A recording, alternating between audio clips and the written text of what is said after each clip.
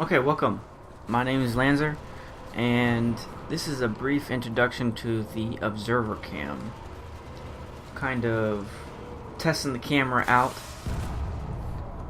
for one of the scrimmages that's happened later on, so felt like documenting it a little bit because I did find some things that weren't readily apparent right away that could definitely help you out. So here's some tips. Alright, first off, when you first log in with the observer cam, you are a normal person. By all accounts, I mean, you can die, you can get shot, you can shoot, all that sort of thing.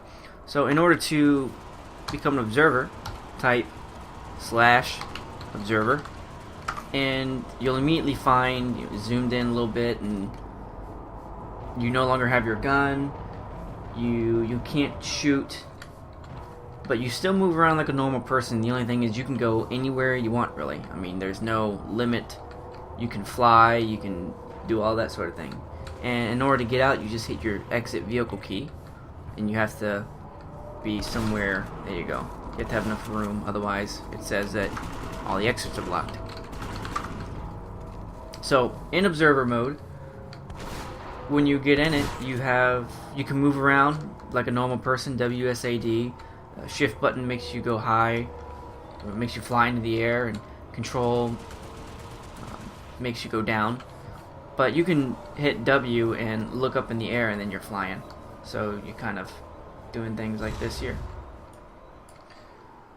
So one of the cool things that the camera offers you is the zooming and everything else. So you use your middle mouse button, and you can zoom in on things. Whatever you want to zoom in on, however you want to do it. You can zoom in at will, and you can zoom in quite a bit too, to look things up. Another thing you can do is a speed up and slow down camera, and you hold the right click and then you scroll up with your middle mouse key, and it will change how fast you move around. You can speed up really quick, or you can go really, really slow by scrolling down, so you can see how slow I'm moving. So this is really useful for keeping up with things, or side scrolling, and we'll get into some of the glitches that I found with that as well. So all you really need to be aware of with the speed up and slow down is you can hit it up one notch. And let's go down. There we go. You can knock it up a notch, and you can noticeably tell the difference. So you don't have to scroll up or down much in order to speed slow. So one of the things that the instructions that they give you kind of advises is that you don't use the mouse as often as you would want to. And the reason why they say is because it pixelates your screen. I haven't really found that to be the case as much, but I mean, I'm sure it's there for a reason. So the reason why it might not affect me as much is because I don't have a very high upload rate, and because of that my settings are a bit scaled down, my streaming settings. So you may find that it pixelates if you have high settings, or whatever the case is. Just be aware of that they would prefer to use your WSAD, your space and your crouch as much as possible in order to make the video seem as fluid as it possibly can be. So one other thing to know is that explosions aren't as flashy as it would be. See how that just kind of, the flames just sort of appeared and it kind of broke apart? Whereas if you were a normal player in the normal game mode, then it would, it'd be a real explosion. So things just kind of explode and disappear. And by explode, I mean they just kind of fall apart and disappear. So things are not as flashy. The settings are slightly scaled back, and I guess that's to make observer mode not as laggy or as dropping its frame rate as it could be, which is fine. You can hide the UI via Control F10, and that creates a whole new dimension with the observer cam. It's completely awesome, and you can be a real observer. Instead of looking like you're one of the gang. One thing I did find is that as the observer, you can join platoons. You can join squads. And one of the pitfalls is that in order to have this thing, you need to be able to be trusted with this thing. So if you're trying to ninja cam your way with your outfit mates or whatever, you're gonna get banned. So be very mindful of that. You could potentially abuse this thing, and that's why you need to be very careful how and what you use it for. Some things to be aware of to help you go along with that is that even though you're an observer, I mean, by all rights, you don't exist right now. You're invisible. Nobody can see you. They can shoot through you. You don't take any damage. But one of the things is you can queue targets, and if you get close enough to somebody, that automatic queuing thing that happens, your teammates can see that. So right now you can see they can see the icon if it weren't for the smoke. So you can spot targets like you would normally. See, if you center them in the HUD, see, you can hear me calling them out like I'm a normal person. And your teammates, whether they're in a squad outfit or what, just like anything normal, their HUD, their icon will appear on your faction teammates. And it doesn't matter whether you're within range or not. And what I mean is, if you zoom in and you are way the hell away,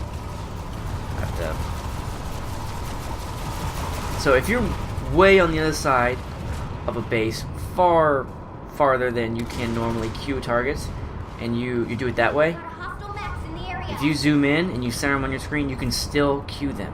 So be very mindful of that. You could give your team an unfair advantage even if you don't mean to.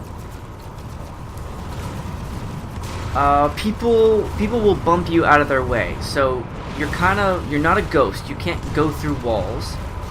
See that there? You have to go through doorways and everything like a normal person. And you can't go through people. But if you try to get in their way, like in a doorway, slow this down.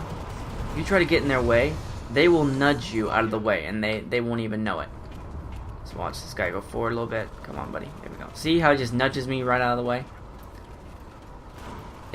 I'm not going to stop anybody's gameplay. So one of the bugs I found is the wall, or going through things. Okay, normally you can't go through stuff. You can't. You have to go through doors, go upstairs. However, what I did find is that if you speed up your camera really fast, you can go through pretty much anything. See, I'm just kind of going through stuff. It doesn't happen 100%. Sometimes you catch on something like you just saw here. Like in this case, it was this thing, but you will go through stuff, and so that's the one thing you need to be careful of. Another bug I found is while you're going really fast through textures, if you stop and you're in the middle of a texture, you'll get stuck. You won't be able to move. So that's one thing to be careful of. I did find you're able to get out of the in between textures if you try and wiggle your way out and do the same thing you did that you accidentally got in. And I found trying to repeat this kind of hard to do. It seems difficult to do it when you mean to, but when you don't mean to, I mean, sometimes you just get stuck randomly. So be careful of that. One other thing I found is that every once in a while the screen will get shaky. It'll get jittery, and it'll slightly rotate counterclockwise and clockwise. It does it really fast. So that happens randomly. I haven't been able to figure out what causes it. If it does happen, it's not an obstacle. It doesn't stop you from doing anything or get in your way, but it is noticeable. One thing I did find to kind of help that is you speed up your camera, you go forward really quick, and you just stop in place without moving your mouse, and then it'll refocus the camera, I guess, or it'll still it all over again, just like it normally is supposed to be. Generator stabilized. So in order to get the observer cam, one method you could use, one method that some people use, is contacting the current Planetside community manager or the community representative, whoever that may be. But just asking for the camera doesn't mean you're going to get it. You need to have, I think there's 3 things that you need in order to actually get it. And you have to actually show that you have a need for it. So just willy-nilly going around and observing everything doesn't really cut it. You actually have to have a purpose. If my purpose is to use it as a observer cam for upcoming scrimmage, so I'm kind of testing it out here, and that's what kind of prompted this tutorial. And the second thing is they need to know that you can be trusted with this. Like I said earlier, you could potentially cause a big unfair advantage to your teammates, your squad mates, or what have you, if you use this as kind of like a ninja cam to tell your people where the bad guys are. And of course, like I said, if you do that, they'll ban you for it. And the third thing is they need to understand that you know what you're doing. So one of the things I had to provide proof of was that I had previously done productions and YouTube videos before, so that I actually could do something with the observer cam that they want me to have. And that kind of separates just looking through the observer window and being able to do something that benefits like the Kid Riot castings that you've all probably seen before. Overall, I'm very happy with the camera. It's versatile. It gets the job done. Bottom line is, it gets the job done. I mean, yeah, there's some things that they can improve on, but I think they did a good job with this first round camera here, and it serves its purpose for the time being while they get everything else situated. I've heard from some of the more competitive players that the camera sucks and that there's all this different stuff they could add. Okay, yeah, I mean, I'm sure there are things that they can improve on, but it's not as bad as I've heard it being portrayed as. It's useful. You can do pretty much anything you want with it. You can follow battles with relative ease. So it's really not, there's nothing wrong with this thing. You just got to learn the nuances of it, and then you can pretty much do whatever it is you need to. Get the job done. Alright, I think I went over everything. I hope this helps you out. And again, my name's Lanzer. Hope you have a good day. Bye.